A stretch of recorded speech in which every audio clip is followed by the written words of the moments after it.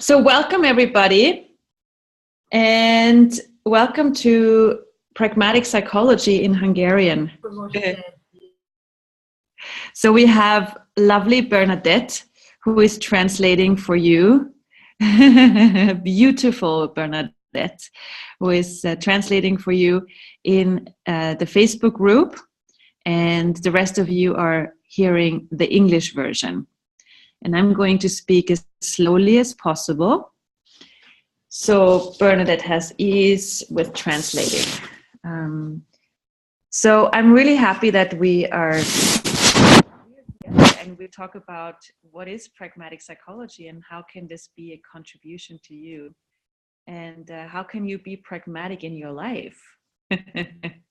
So if you have noticed, the world we live in is more dramatic than pragmatic. It's a world where it is normal to have a problem,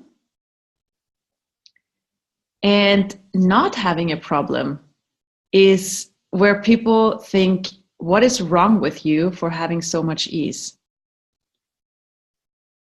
So I have been working as a psychologist for many years, and also as a psychotherapist, and also as I'm doing neuropsychological testings, which means that the doctor says, can you see if that person has ADHD, or can you test a person's IQ? And that's what I did for many, many years, until I got bored. And you know how it is when you get bored? It's not fun anymore. Bored, when you get, it's like, it's not fun anymore. Your job is not fun anymore. So I asked what else is possible. And I found Access Consciousness, and I had a lot of conversations with Gary Douglas, the founder of Access Consciousness, and he showed me what else is possible with psychology and how I can use the Access Consciousness tools to work with people in my job. And then everything just changed. And then from then on, the book was created and came out in the world, and I started to do classes worldwide. And I even had one in Hungary, I think maybe 2 years ago or something, in Budapest, that Andras and Maya were organizing and translating. And we even created a film with Hungarians that is now the official Pragmatic Psychology movie. I can see if I can find a link and send it to you. Maybe you can recognize some of your friends in that movie. And what this is about is the courage of having an easy life in a world where everything is supposed to be complicated and dramatic. So pragmatic means doing what works, always. And so doing what works is something we sometimes do, but then because everybody else makes it so complicated, we tend to make it complicated also.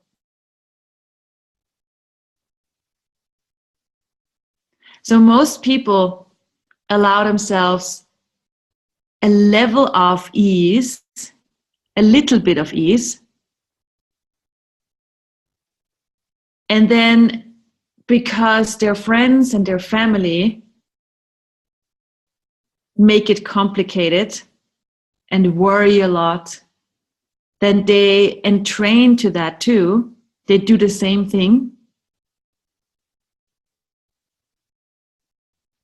And stop the ease in favor of the complication and the drama that their friends and family choose. Yeah. And that is something that we so often forget, that we have choice.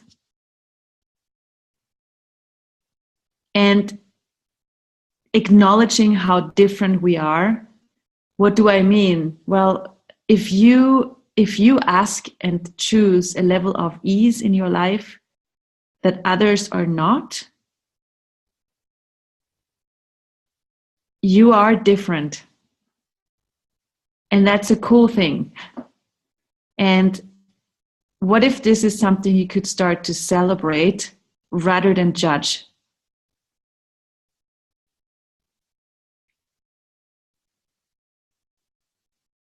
Yeah.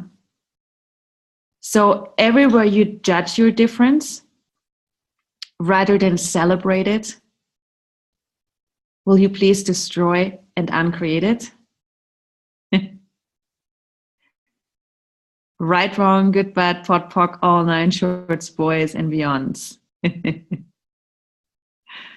Wow. Oh, amazing. I had a pragmatic psychology class in Germany this weekend, and there was this woman who has a husband and 2 children, 2 and 5 years old.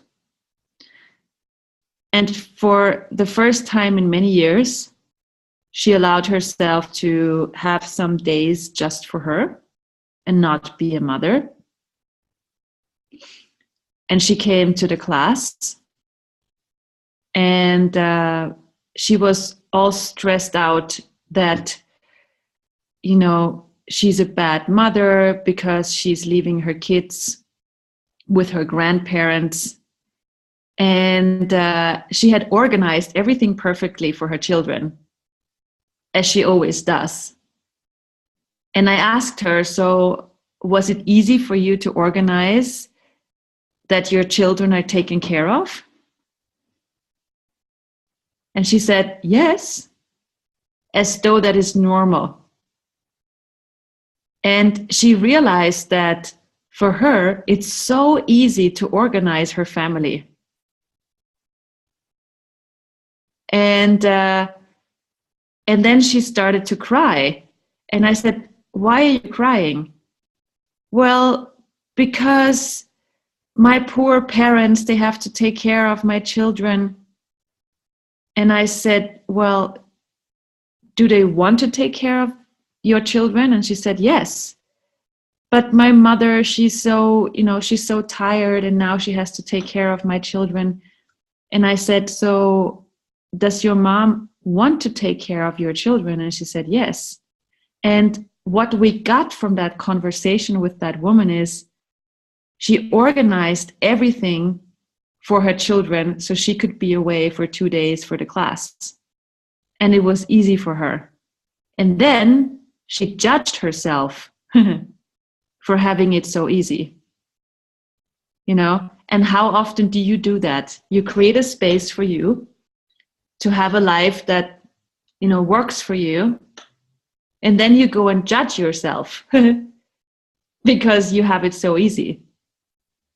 So everything that is, will you please destroy and uncreate it? Right, wrong, good, bad, pot, pock, all nine shorts, boys and beyonds. And so that's what I do when I do classes with pragmatic psychology. It's a privilege for me to invite people to the ease that they know is possible, that they haven't chosen yet. Because we all have it as our world. Ease is natural to you. It's not normal in our world, but it's normal for you. And if you wouldn't judge yourself for having it easy, how much creativity would you have available? How much energy would you have available to create your life? Anna is asking a question. I have no idea. Det har almost varit. I don't know what that means. Do you see in the chat, Bernadette?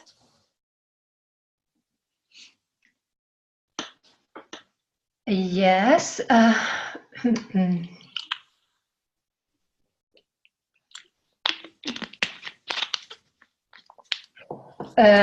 Sorry, just a minute. Most halljátok amúgy a fordítást? Azt írnátok, légy így ezen a Facebook oldalon, hogy halljátok-e rendesen a fordítást?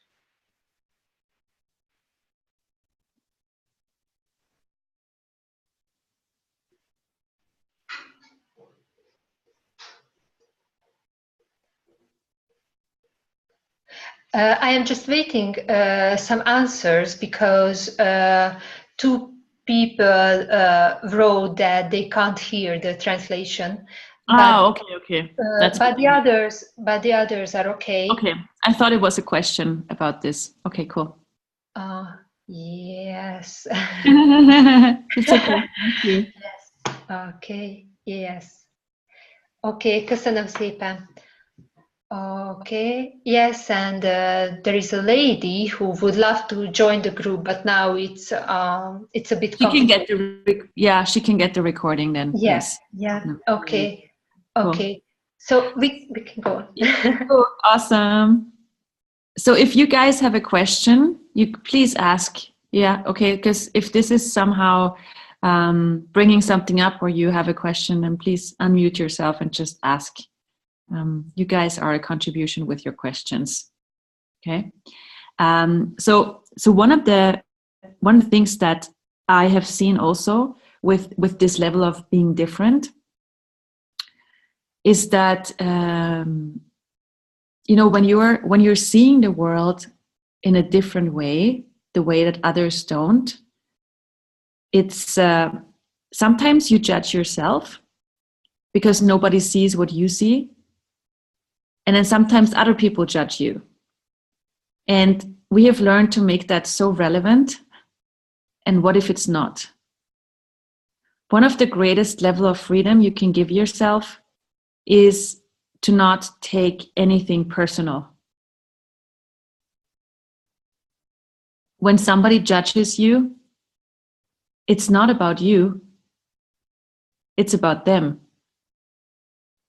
But we always make it about ourselves. We always think, oh my God, I'm wrong, or how can this person tell me that I'm wrong? So what if when somebody judges you for being different, for having it too easy, what if you don't take it personal?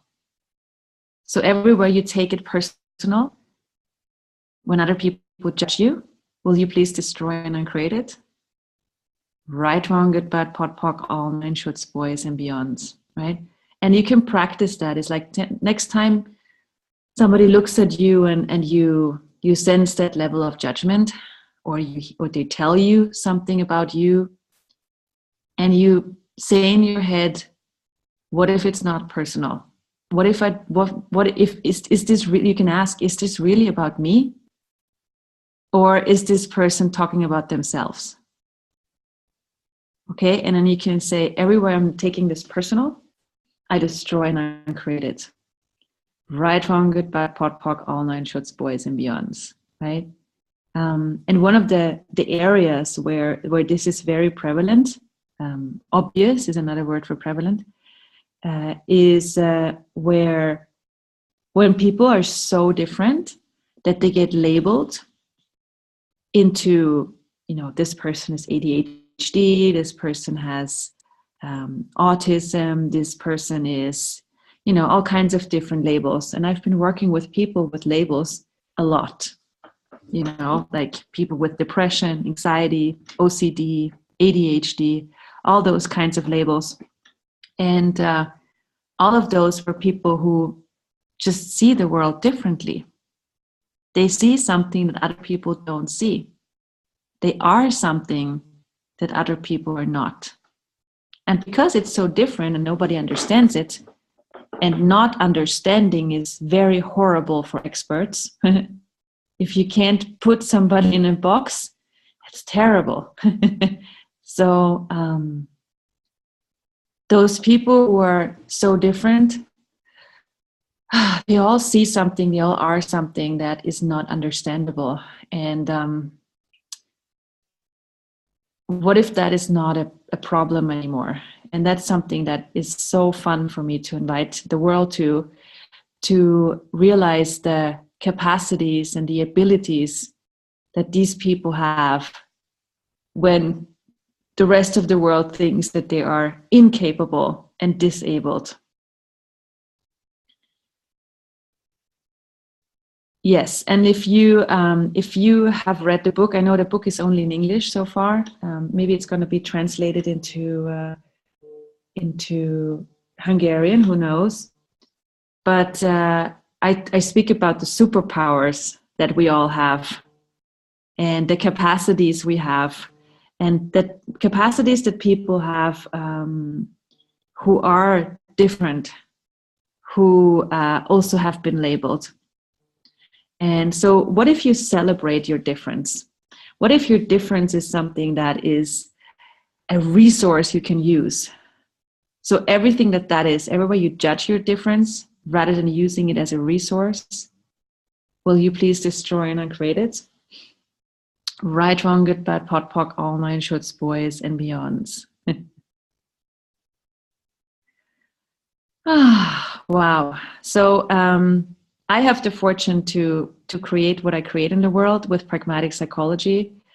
And to my surprise, that I'm really happy about is that nowadays, even experts like doctors and therapists, they ask me to speak at psychiatry conferences, which is really cool because that shows us that what we do, like this different work with the Access tools, it's something that the world is asking for more than ever before, which is really amazing. So what was weird and crazy years ago is now starting to get normal. I was in, where was I? I think in Prague last time, I remember, at a conference, and I had the title about, something pragmatic psychology. And I was expecting that nobody would listen because, at a conference, there's so many rooms with different speakers and people can choose who they listen to. And so I expected nobody to come. And so couple of minutes before my talk started, the room was filling up with people. And I asked them, what are you guys doing here?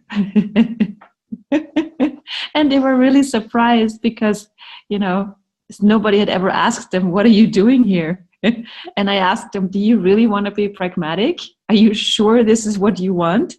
And they're all like, is she really asking this? And then they said, yes, because we've been dramatic so much in our job, like looking at what doesn't work, why it doesn't work, and then work hard with our patients. We want to know something different. So that was really, really cool that this is an approach that is being asked for. Because, in a world where people are still looking at the dramatics of what's wrong and why is it wrong and all that stuff. And it's like it's a great image to have as an expert. If you just have an easy time working with your clients, that's not good. You're not worth your money. But if you have a hard time working with your clients, and it's like, yeah, I worked so hard with this patient. Now I'm worth my money. So this easy way of working with people that we have with the Access tools and that Pragmatic Psychology is offering is now starting to get heard in the world, which is really amazing. So this is a sign that we each one of you, we're all contributing to a different world. Really, really cool. Amazing. Sorry, it's so cold here. Vienna is not, I'm in Vienna right now. Vienna is not really, it's not really prepared for this cold in the old buildings. Cool. Do you have any questions? Is there anything you would like to know? Otherwise, I was just thinking of making a really little quickie about what pragmatic psychology is. And I'm just looking for the video we made in Hungary last time. And I can post it here so you can maybe see some of your friends who were at the class. I just found it. In the meantime, if you have any questions, you can ask them now. You can ask in Hungarian, or you can ask in English or in German, whatever you wish. Sorry, just looking for the movie. There it is. I got it. I would have a question. Yes. So my question would be that I am really interested in your course, which will be held in Amsterdam. And I am just thinking about that during the class or in the course. Will we study some theoretical things also, or how can we imagine that? Yes. So the class in like the pragmatic psychology classes, they don't have any prereqs, so anybody can come. They don't have to have done access. It's always a mixture of people who have done a lot of access, people who have done a little access, and it's a mixture of people who have been diagnosed themselves. It's people who have relatives or children who have been diagnosed. It's people who work as a mother, social worker, therapist, facilitator, access facilitator, or massage therapist. And they what that is number one is like getting access to the difference you are and using it to create a life that works for you as a truly pragmatic living in any area. And it's also looking at what greatness is behind the diagnosis.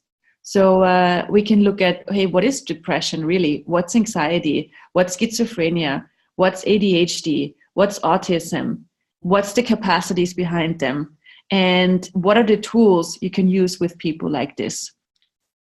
So, and it's so, psychology, the reason why we call it pragmatic psychology, Gary Douglas and I, because psychology used to be, in the very beginning, it used to be the study of knowing. It used to be about empowering people. And then later, it turned into the study of behavior. And it started to be about being right or wrong, good or bad, sane or insane. And so what we looked at, Gary Douglas and I, is, hey, we would like to have psychology be what it was from the beginning. We want it to be about empowering people, about them being the experts of their lives. So I can give you one example. In psychology, we talk about stimulus and response, right? And that's a theory that's so normal in our world.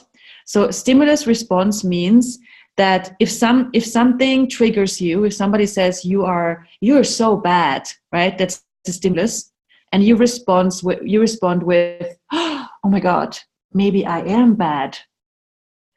Then the person telling you you're bad is the stimulus, and you going, oh, maybe I am bad. That's the response. And notice that is so normal for us. But did you know that what's normal for us for us, it's normal to react. When something happens, we just react. We say, yes, I'm really terrible. Or you say, how can you think I'm terrible, right? You're supposed to react, and we all think it's normal to react, correct? It's a normal part of our world. But did you know that this all started with the psychological theory of stimulus response? It's not our natural way of being. It's not our natural way of being to react to everything. We don't have to react. Why? Because we have choice. So if you think that you are like a machine, something happens and you have to react, it's normal, then you think you're a machine. You're not. what that normal way of looking at the world that we have learned from psychology means is it tells you every day that you don't have choice. But you do. Why? Because when somebody triggers you, you still have that seconds of choice before you react. So for example, have you ever had that moment when you are mad at your husband or your wife and you want to tell them, you did this and this wrong? But you know in that very moment, you know that you have the choice to not say that.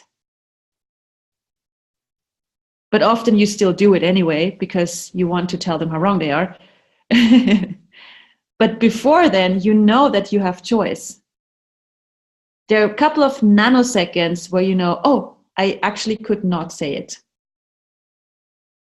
So that moment shows you that you have choice.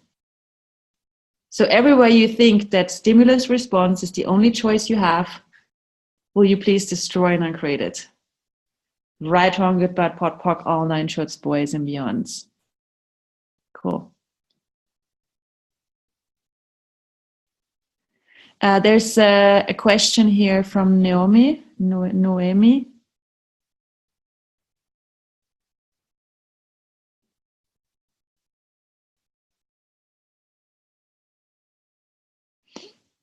So there would be a question from Noemi that what is the situation when at your workplace the people don't allow you to work as you think it works? They wanted to press upon you their own point of view.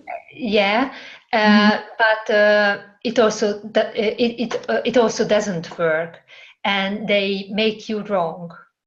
Yeah. Because of it. I would ask myself, have I given up my power to these people? Because other people will always have points of view, probably, about what you do, especially if you're different. And what we have to practice is the question, what if it doesn't matter? Because if it doesn't matter, you don't give your power away. And what's a tool to get there? Interesting point of view. Interesting point of view, they have this point of view. Wow, interesting point of view, they have this point of view. Yeah, pretty interesting point of view, they have this point of view. Wow, interesting point of view, they have this point of view. And you say it as often until you like, it's true. It's just an interesting point of view. It doesn't matter. And you don't say it out loud. You don't say it to the person, you just say it to yourself. But you say it until it just is not relevant to you anymore. Okay? And then somebody asked me here also, what do I do with weight problems when I'm stressed? I eat. That's the thing that, thank you for asking, Noemi. Thank you. So when you eat, that's the thing that I talked about before, where you respond, like you have made it normal to react to something, and you've forgotten that you have choice. Yeah. So so you could run this process that I'm giving you now. How many lies, what lies, and whose lies have I bought about reacting and the necessity to react? Everything that is times a godzillion, will you please destroy and uncreate it? Right, wrong, good, bad, pot, pock, all 9 shorts, boys and beyonds. So whose lies, what lies, and how many lies have you bought about reacting and the necessity to react? And everything that is times a gazillion, will you please destroy and uncreate it? Right, wrong, good, bad, pot, pock, all nine shorts, boys and beyonds. So I would highly recommend you all running that. It's one of the new access processes. Thank you. You're welcome. Thank you for asking. And it's, where we tend to think about, why am I doing this? Why am I reacting like this? Why? And then we think that if we find out why, it helps us. It doesn't. It just drives us crazy. Another lie that psychology has told us. So if something doesn't work, it's not about the why. There's some lie that is creating that limitation.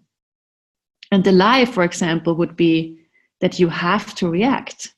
The lie would be that you don't have choice, right? So rather than figuring out why, pot and pock the lie. That's a quote from Dane here, by the way. Yeah, really, really amazing. So rather than asking why, pot and pock the lie. It sounds amazing in English. It's not so amazing in German or any other language, probably, because it rhymes in English. Sorry, can you repeat, please? Yes. Don't ask why, pot and pock the lie. Okay, it doesn't sound well in Hungarian. No, not in German either.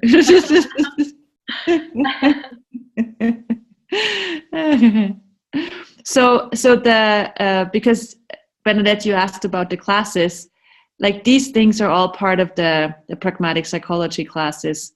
It's really a deep diving into what easy living is possible for you with your relationships, with your body, with money, and also a course about diagnosis and how you can use them to create change and how you can facilitate them. And whatever question people have. Anything else for today? Anna is asking, panic. Yeah. About panic. Yeah. So she asked that, fearness and panic, and what kind of capacities can be behind these diagnoses? Yes. What kind of questions can she ask? That's a big question. I can answer a little bit because that's really a lot. I just had a telecall where we talked about fear and panic for 1.5 hours. It's a big topic. There's a lot possible there, but I can give you an example. I am when I facilitate Right Voice for You classes, people always say, "Oh my God, I'm so afraid. I am panicking," and I had a woman who attended one of these classes and she was hiding under the table because she was so afraid. But she wanted to be in the class, but she said, "I don't want to go on stage, no way." Because and I said, "If you die on stage, you get the money back." That's like the Right Voice policy we have. Anyway, so on day 3, she said, "Okay, I'm doing it. I'm coming on stage." So she comes on stage and she was so nervous and so afraid, and she almost panicked. And so I asked her to sense her body, and I asked her, "So what's going on in your body?" And she's like, "Oh, yeah, my heart is racing and I'm sweating and I think I'm gonna faint." And so I asked her, "So what do you want to do besides run away?" She said, "I just want to get rid of the fear." And I said, "So if you want to get rid of the fear, is this creating more of the fear or less of the fear?" And she said, "Oh, more." So I said, "So what if you relax into the fear? What if you just allow the fear to expand out into your whole body? And rather than keeping it into just like the solar plexus area, allow the fear to get all over your body." And so she did. And then I asked her, "So now allow the fear to take up the whole room, the whole theater we're in. And she did. And I asked her, so how is it now? And she said, oh, wow, it's amazing. I'm happy. I'm alive. Just like liveliness in my body, in my world. It's not fear at all. And so what we do is we confuse fear and liveliness and fear with each other. Because it's normal to have to be afraid. If you go to a psychologist and you say, oh, I'm so afraid, the psychologist says, yeah, I understand. Okay, let's look at that. But if you say, oh, I'm so alive, I'm so happy, I'm so excited, then they probably go, you have ADHD. Here is some medication. Right? Because it's normal to be afraid, but it's not normal in our world to be alive and happy. So many times we misapply and misidentify these things to make us normal. So everything that is, will you please destroy and uncreate it? Right, wrong, good, bad, pot, pock, all nine shorts, boys and beyonds.